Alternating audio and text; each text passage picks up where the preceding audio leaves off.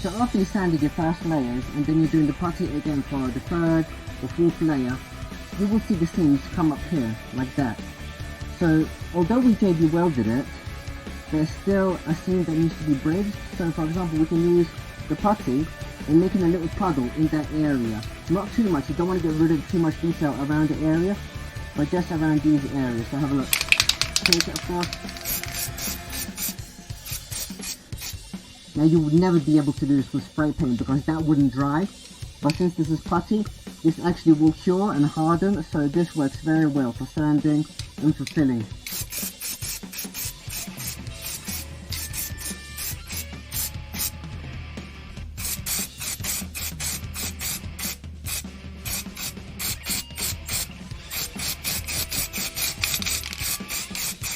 It's also better to do it on a flat surface with the sword laying down flat rather than on its side because it will start dripping down like this.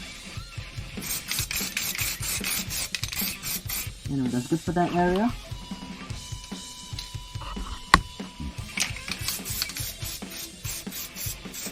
This is just some minor fills.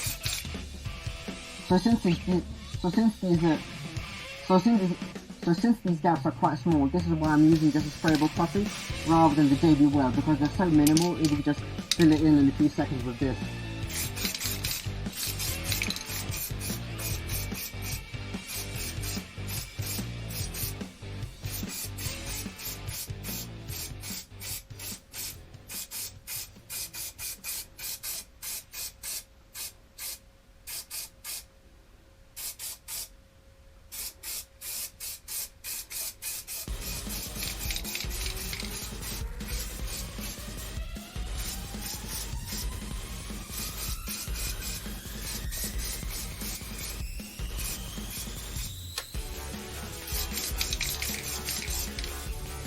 That looks about right.